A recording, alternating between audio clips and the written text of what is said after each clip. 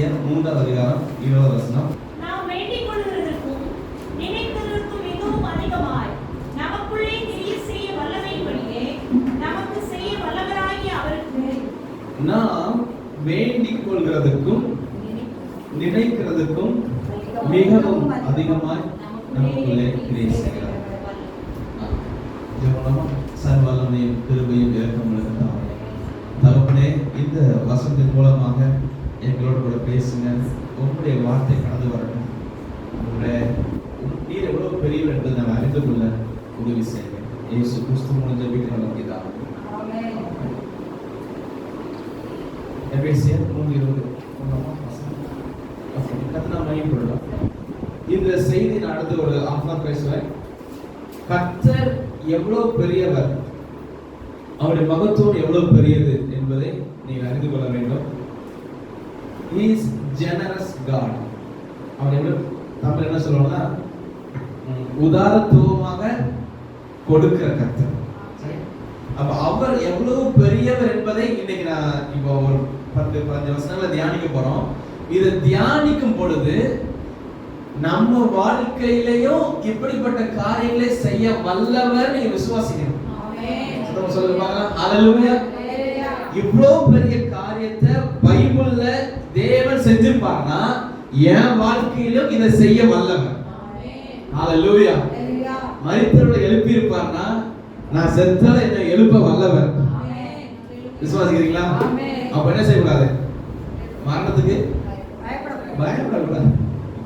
Okay, இதை தியானத்துக்கு கொடுக்கும்போது ஆண்டவர் சொன்னாரு, நீ எதை நினைக்கிறியோ, எதுக்காக ஜெபிக்கிறியோ, அதுக்கும் மேல நான் கிரியை செய்றேன். ஹalleluya. அதுக்கும் மேல நீங்க என்ன ஜெபிக்கிறீங்க? இப்போ ஒருத்தர் போய் 1 லட்சம் ரூபாய் கடன் கேட்டா அவன் என்ன தருவான்?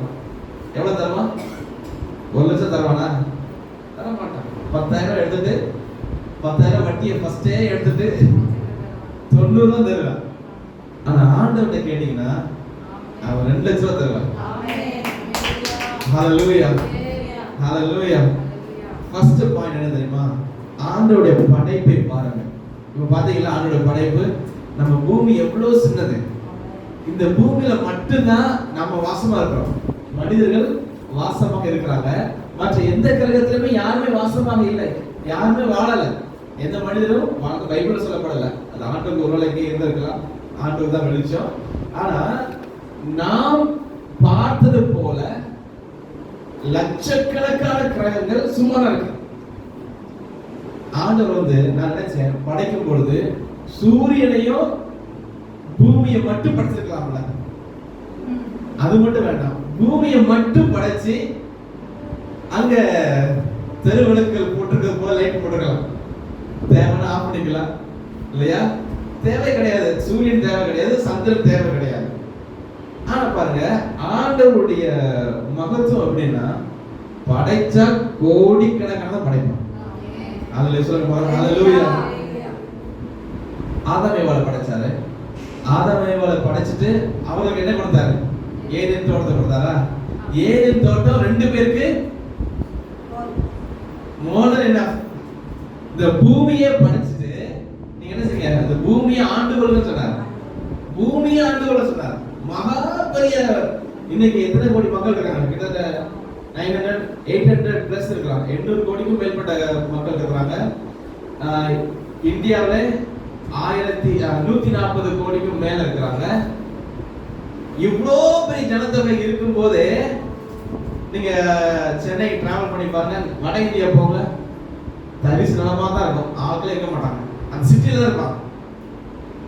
இவ்வளோ பெரிய உலகத்துக்கு 2 பேர் மட்டும்தான் எவ்வளோ காரியம் பாருங்க. 2 பேர் தான், ஆதாம் ஏவாள் மட்டும்தான். ஆதாம் மட்டும்தான் கொஞ்ச நாள் கழிச்சு ஏவாளை கொடுத்தாங்க. 2 பேருக்காக முழு உலகத்தையும் கொடுத்துட்டு அந்த தோட்டத்தை பாருங்க.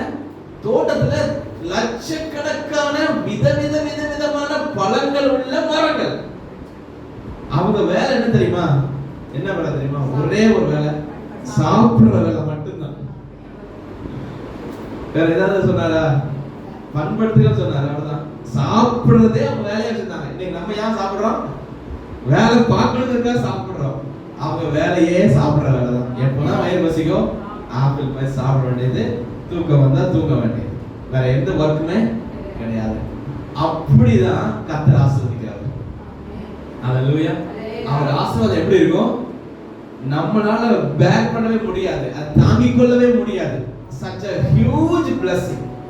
அப்ப இஸ்ரவேலை ஆசீர்வதிப்பது கர்த்தருக்கு பிரியம்னா நம்ம வாழ்க்கையில அந்த ஆசீர்வாதத்தை பார்க்கணும். ஆமென். ஹalleluya. ஹalleluya. நீங்க நினைக்கலாம், சரி ஆதாம் ஏவாளை கர்த்தர் ஆசீர்வதிச்சிருந்தாரு அப்படி வாங்க.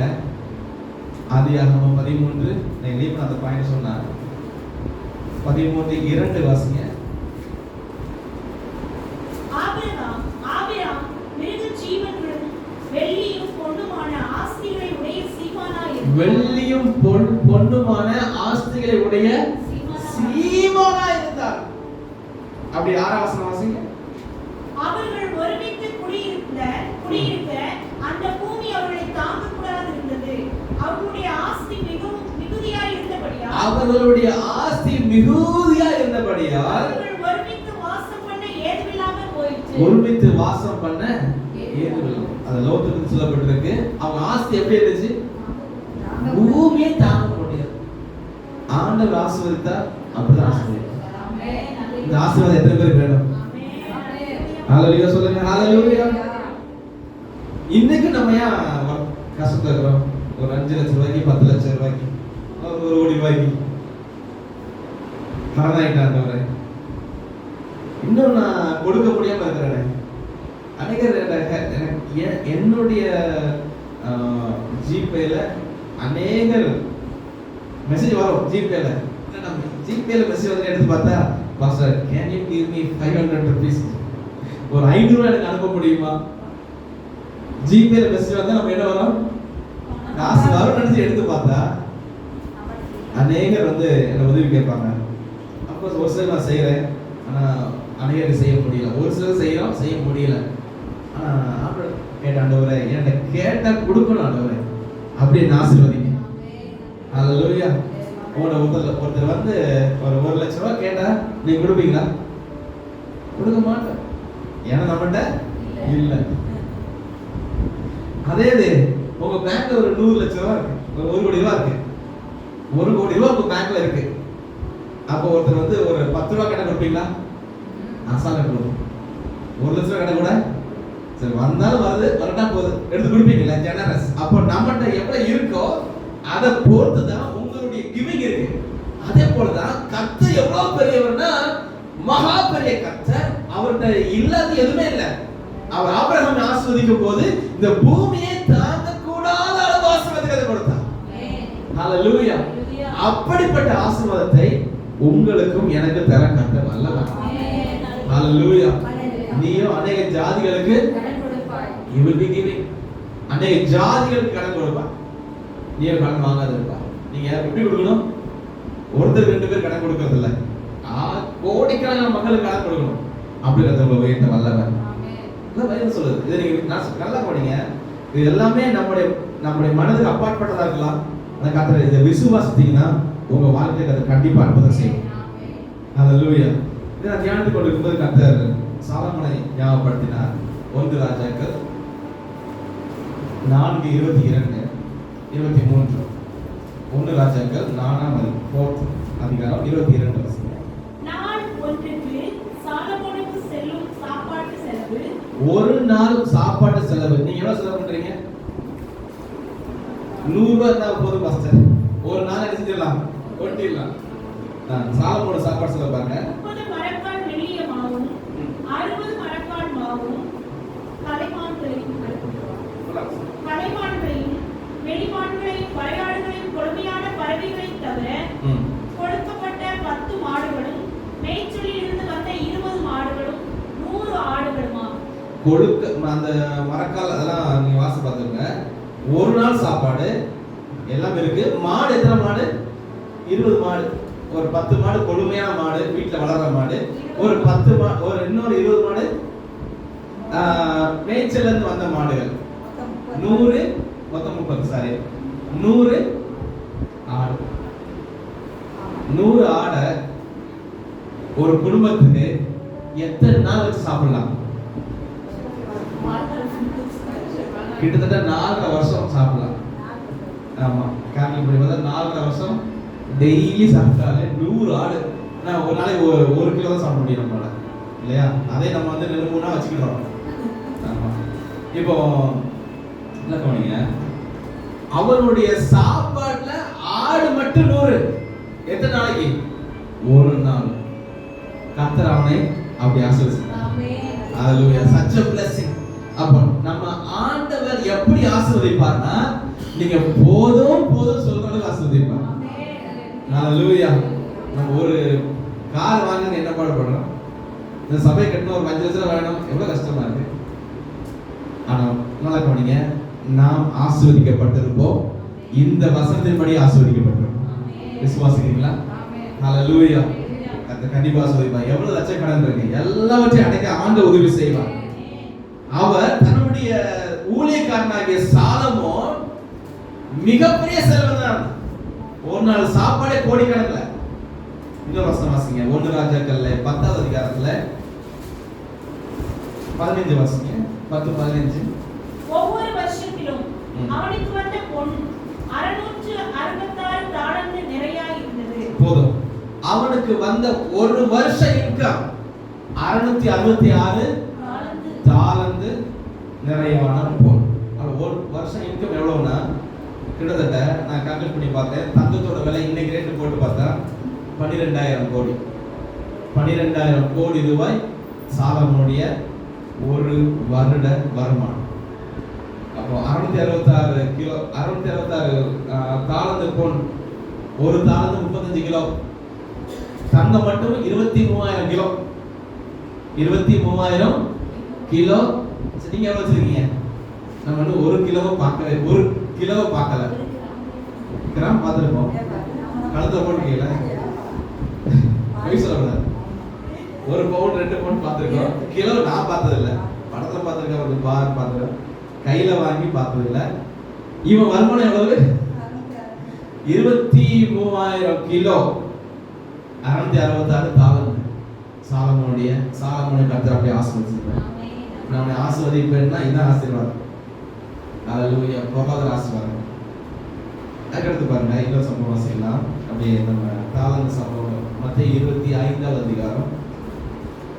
கடந்த வாரத்துல பாஸ்டர் சுரேஷ் ஃப்ரம் ஸ்ரீலங்கா அவருடைய செய்தி கேட்டிருந்தேன்.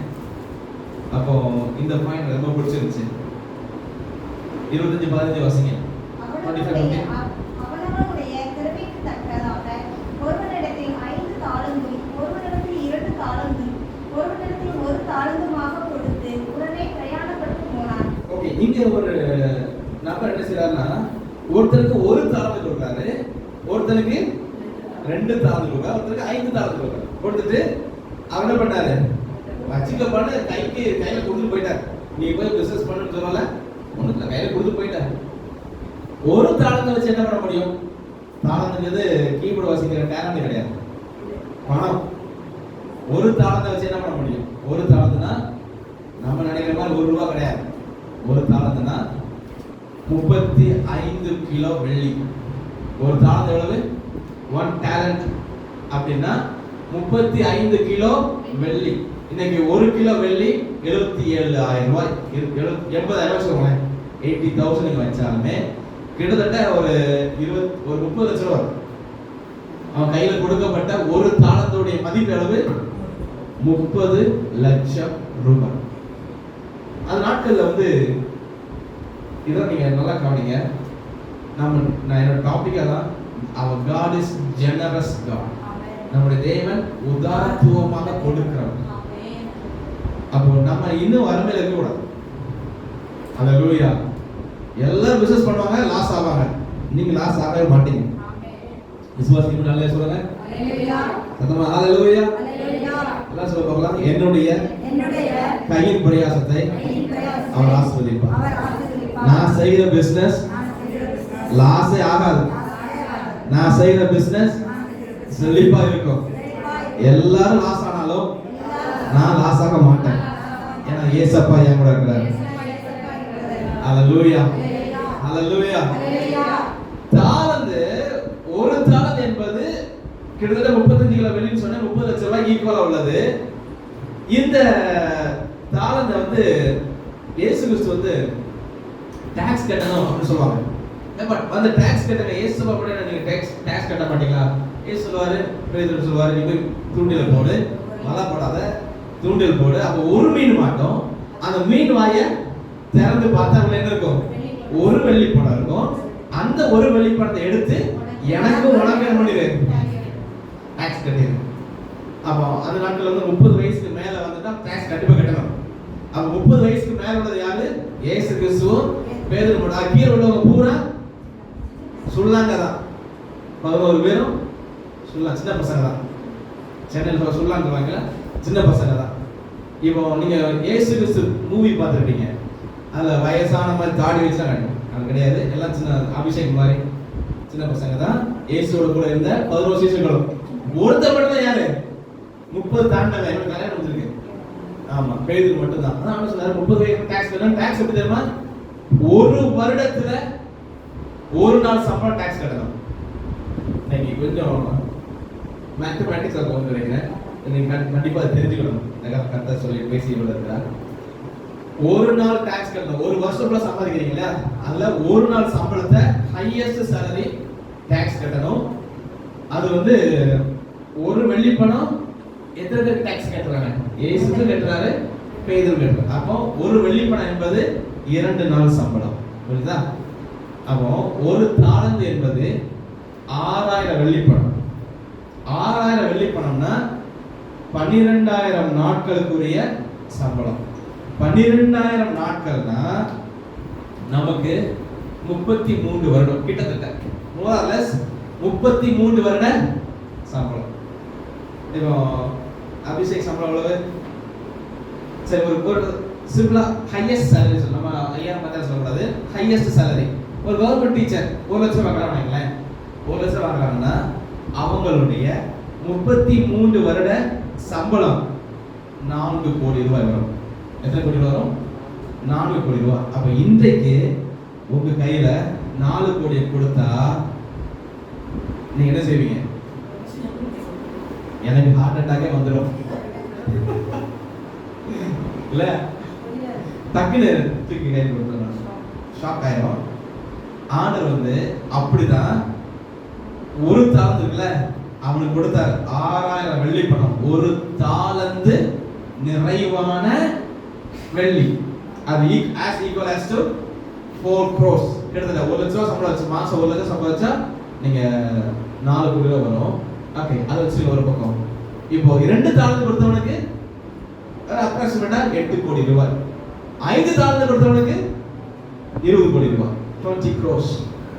இப்பதான் கவனிங்க, ஆண்டவர் கொடுக்கும் பொழுது ஒரு தாளந்து சும்மா பாக்கெட்ல 1 ரூபாய் எடுத்து கொடுத்தாரு இல்ல, அவனால நம்ப முடியாது 33 வருட சம்பளத்தை ஒரே நாள்ல கொடுக்கிறாரு. அத நம்ம கர்த்தர். ஹalleluya சொல்லுங்க பார்க்கலாம். ஹalleluya. இதெல்லாம் இன்னைக்கு பஸ் நடக்க போகுது. நம்ம கர்த்தரை அவர் யாருன்னு தெளிவா புரிஞ்சுட்டீங்கன்னா நீங்க கஷ்டப்படவே மாட்டீங்க.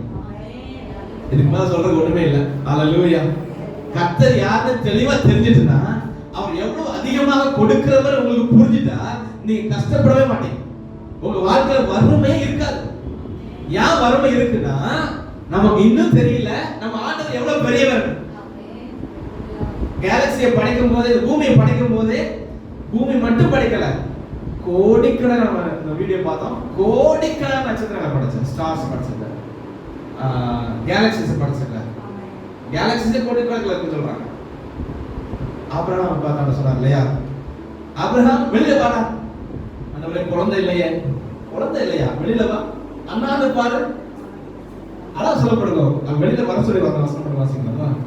ஆபிரகாம் ஆதியாகமம் 15:4 அப்பொழுது கர்த்தருடைய வார்த்தை அவனுக்கு உண்டானது.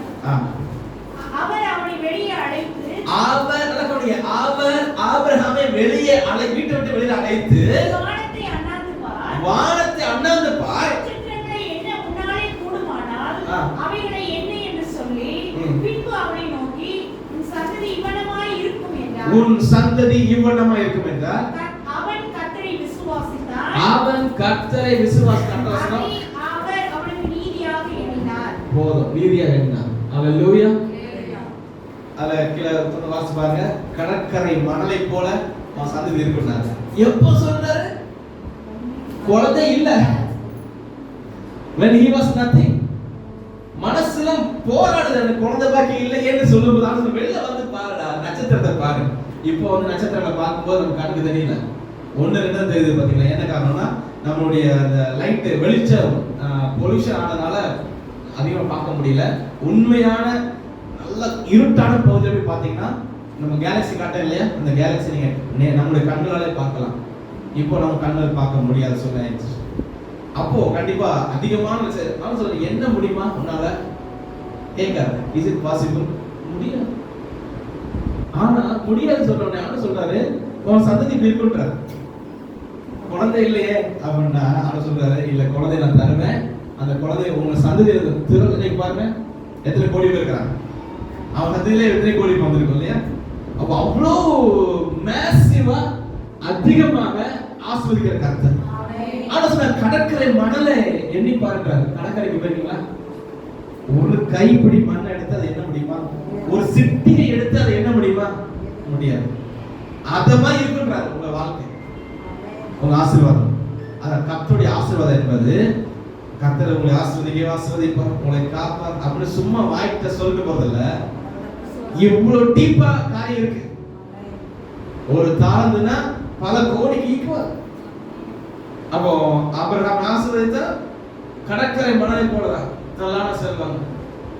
இவ்வளவு காரியத்தை ஆண்டு கொடுக்கிறார். அப்ப அவர் கொடுக்கும் போது அதான் இன்னைக்கு காலையில பேசுறேன், அவர் கிள்ளி கொடுக்கிறார், கர்த்தர் அல்ல அள்ளி கொடுப்பார். எத்தனை பேர் கொடுத்திருக்காரு? கொடுத்திருக்காரு, இன்னும் வேணும். ஹalleluya, ஹalleluya சொல்லுங்க, ஹalleluya. யாக்கோபு 4:6. அவர் அதிகமான கிருபையை அளிக்கிறாரே, ஆதலால் தேவன் பெருமையுள்ளவர்களுக்கு எதிர்த்து நிற்கிறார். அவர் அதிகமான கிருபையை அளிக்கிறாரே. அவருடைய கிருபை எப்படி இருக்கு? கொஞ்சமான. அவர் என்னைக்குமே கொடுத்தா கொஞ்சமா கொடுக்க மாட்டார். என்ன சொல்றீங்களா? என் கர்த்தர் எப்பொழுதும் அதிகமாகத்தான் கொடுப்பார்.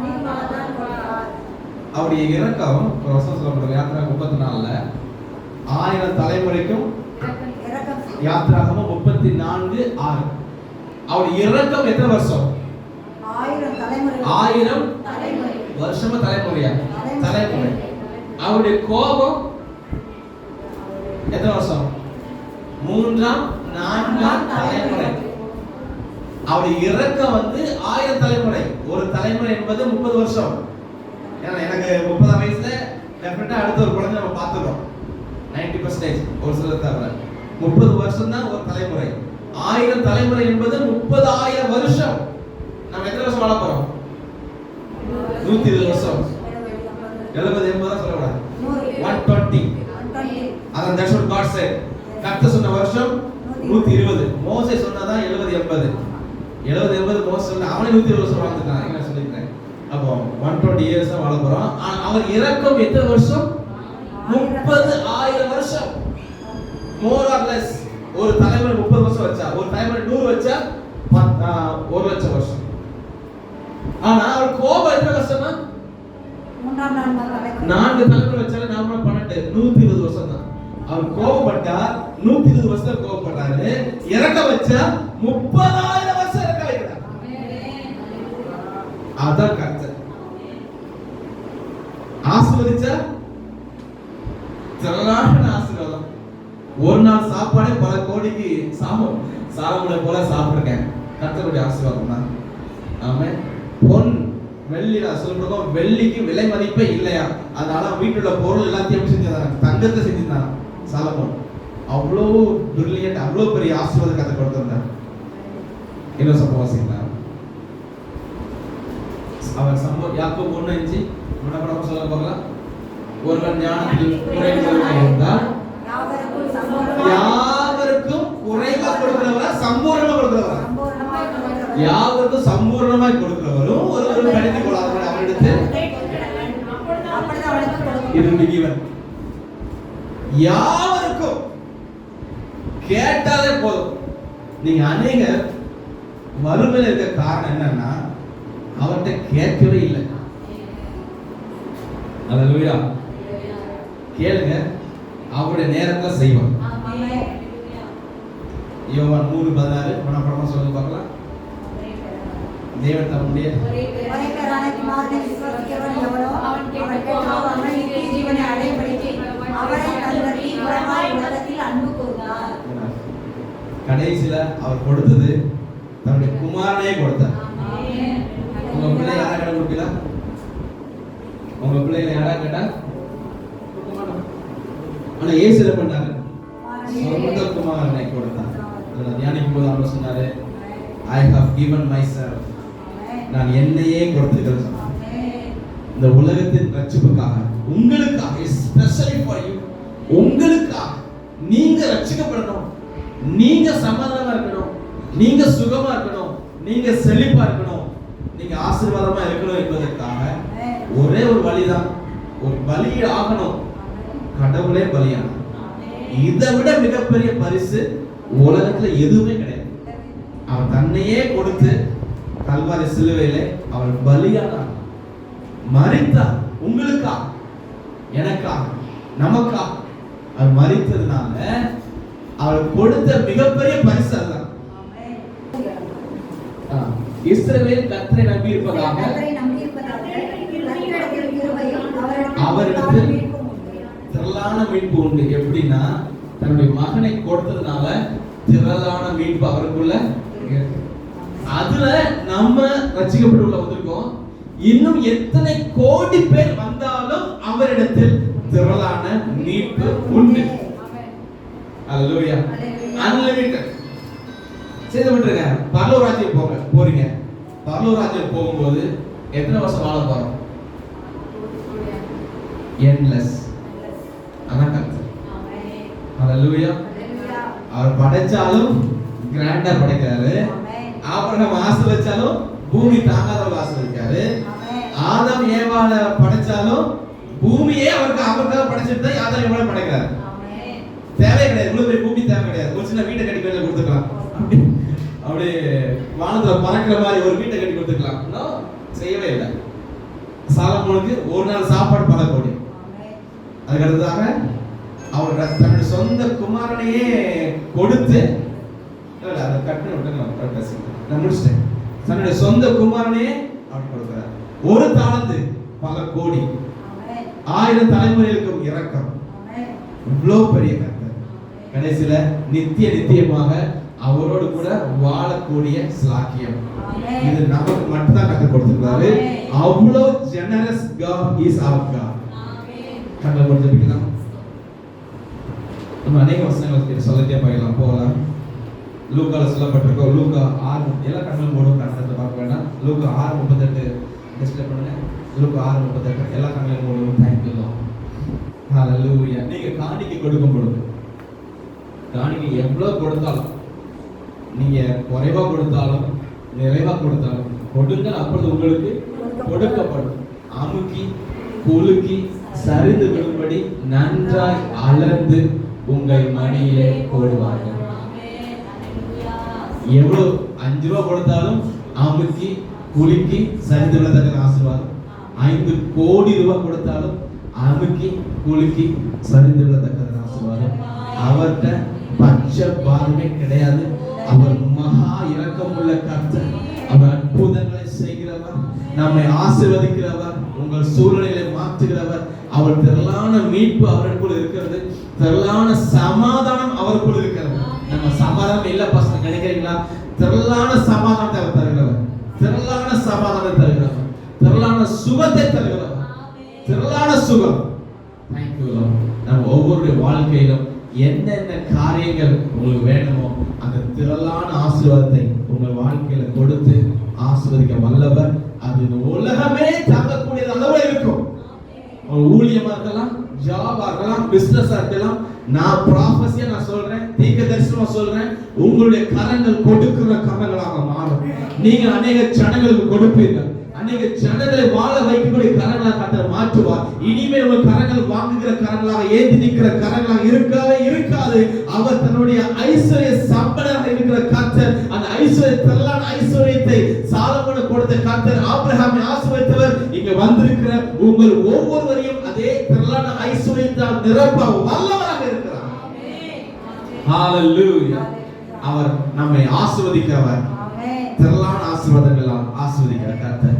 கடைசியாக தன்னுடைய சொந்த குமாரனை கொடுத்து நம்ம மீட்டு கொண்டாரே, அவ்வளோ இரக்கமுள்ள கர்த்தர். நாம் அவரோடு கூட நித்தியமாக endless life, ஒரு சமாதானமான செழிப்பான மகிழ்ச்சியான அவரோட கடவுளோடு கூடவே வாழ்கிற மிகப்பெரிய ஒரு வாழ்க்கையை பாக்கியத்தை நமக்காக வைத்திருக்கிறார். Thank you Lord. தகப்பனே, நீ எங்களோடு கூட பேசின வார்த்தைகளுக்காக நன்றி. You are so generous to bless everyone. அனைவரையும் ஆசீர்வதிக்க நீ வல்லவர். திரளான ஆசீர்வாதங்களை கொடுக்க வல்லவர். தாளங்களை ஒரு தாளம் என்பது பல கோடிக்கு ஈக்குவல். நம்ம தியானிச்சோம். ஆண்டவரே, ஒரு தாளம், 2 தாளம், 5 தாளம் ஆண்டவரே, அந்த தகுதி தக்கதாக கொடுத்தீங்களே, அதே போல எங்களையும் உம்முடைய குறைவு என்பது எங்களுடைய நிறைவு ஆண்டவரே நாங்கள் அறிந்திருக்கிறோம். அற்புதம் செய்யுங்க. ஒவ்வொருவரையும் ஆசீர்வதிங்க, உயர்த்தி நன்மை செய்யுங்க. கர்த்தராகிய இயேசு கிறிஸ்து மூலம் ஜெபிக்கிறோம் எங்கள் ஜீவன் உள்ள நல்ல பிதாவே. ஆமென். என் ஆத்துமாவே கர்த்தரை ஸ்தோத்திரி, என் உள்ளமே கர்த்தரை ஸ்தோத்திரி, என் ஆத்துமாவே கர்த்தரை ஸ்தோத்திரி, அவர் செய்த சகல உபகாரங்களும் எப்போதும் மறவாதே. ஆமென். நம்முடைய கர்த்தராகிய இயேசு கிறிஸ்து கிருபையும் பிதாவாகிய தேவனுடைய அன்பும் பரிசுத்த ஆவியின் அன்பின் ஐக்கியமும் நம் அனைவரோடு கூட இன்றும் என்றும் சதா காலமும் இருப்பதாக. ஆமென். ஆமென். ஹalleluya.